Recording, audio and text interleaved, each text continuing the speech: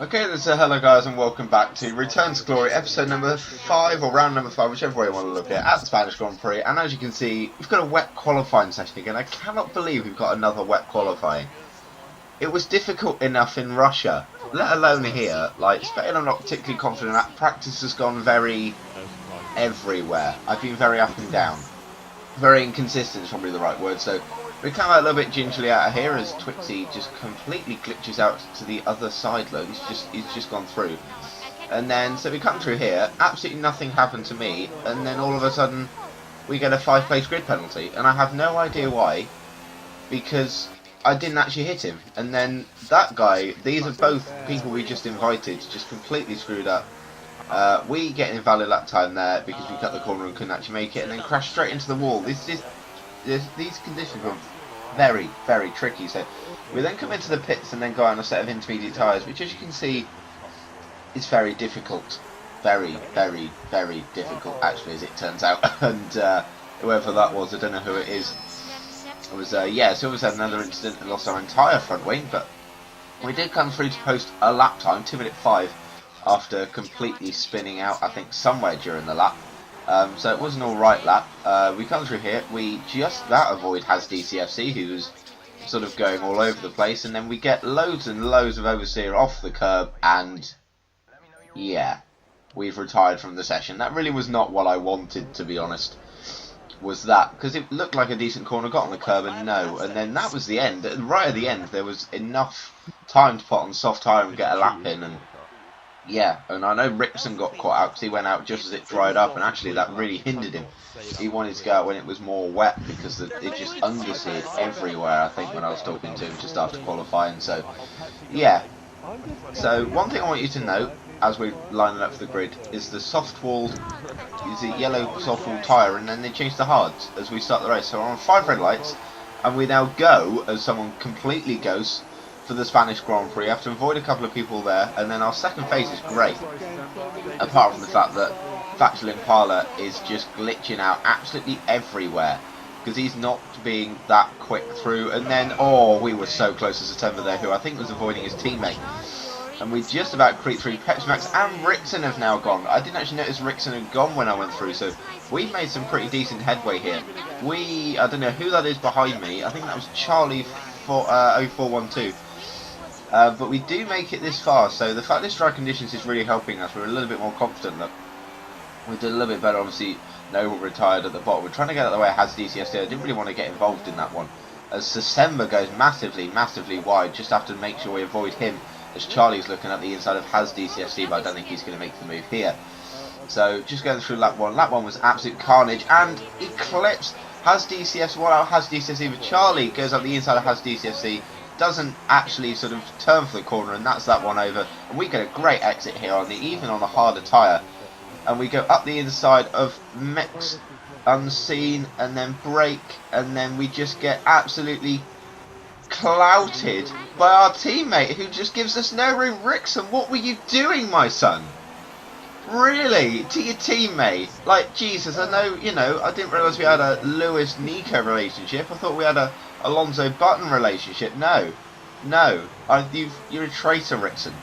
Because I was doing so well and you've completely cut me off. I can't believe it. I want a full apology in the comments, please, Rickson, after that one, as there's more people in the wall. It's just absolute carnage through the first lap. Absolute carnage. There's someone still off at that chicane there. We get a great run on the Has DCFC here, look. Incredible run. Come on. Are we going to make a move up the inside, breaking at about 120 metres? And we do make the move. Absolutely beautiful move there. Slowing it down gorgeously, hitting the apex. Beautiful, beautiful move. So, lap 2, a little bit of oversteer. Very, very much so. Managed to catch it, but didn't actually lose much time. And then once you get the grass, there is absolutely no grip. And now we're coming under pressure from Mix Unseen and Die Hard Fan 24. And we're going to go, we didn't really want to be making that move, I tell you, we broke far too late.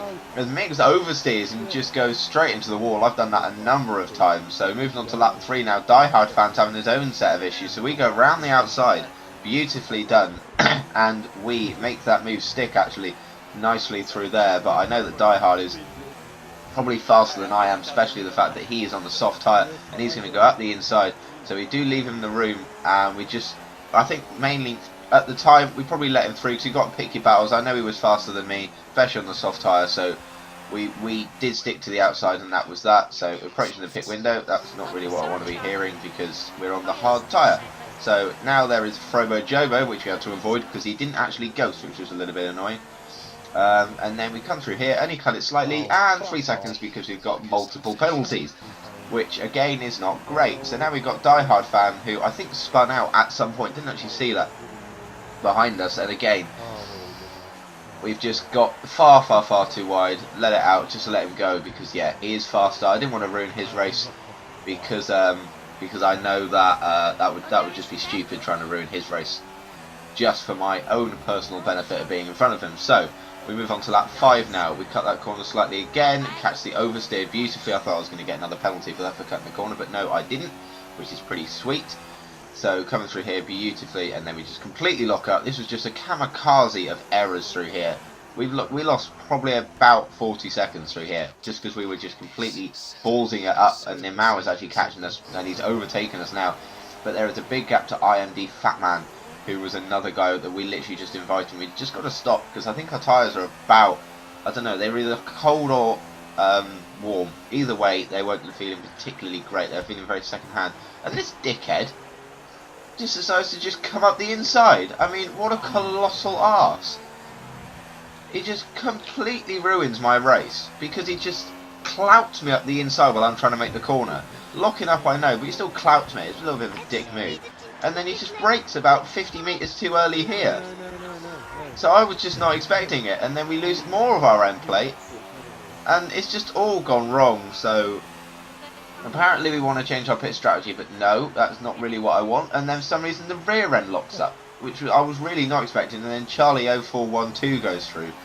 But I was just not expecting the rear end to lock up. It was really weird how the rear locked up. I was really not expecting it, and then we just went wide because we just got on the accelerator, and then we're basically nearly round, and we're being, well, I don't think we'll get caught up by Factual Impala, who was in 11th place, doing pretty well actually, but you know, it's not helping. We've got grass on our tyres as well, so we're not doing particularly great for grip right now because of that little grassy bit there, and then we oversteer because we didn't realise, and through here, and it's just not gone well, has it? It just has not. So moving on to lap 8 now, another corner cut and a 3-second time penalty. Corner cut was actually really difficult here because of the undulations and dips and stuff. Yes, I've been awarded a time penalty for that last incident, thank you. Moving on to lap 9 now, we've now got Pepsi Max, who I believe is pitted right behind us.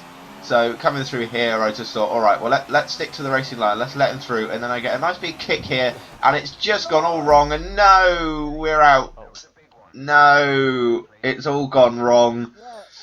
I was talking to him afterwards. I think he sort of went, you know, in my screen you lagged and all that sort of stuff. And on, you know, on my POV, I know Pepsi will probably watch this to see what happened, but on my POV, as you can see, it all looked fine. You know, I was just leaving the inside, but apparently I lagged, and then I sort of ended up like in his side pod. So that was a little bit annoying. But yeah, the race results look something like this. Rickson actually won the race, so that was pretty amazing from him. He didn't get, I don't think he got a single penalty as well.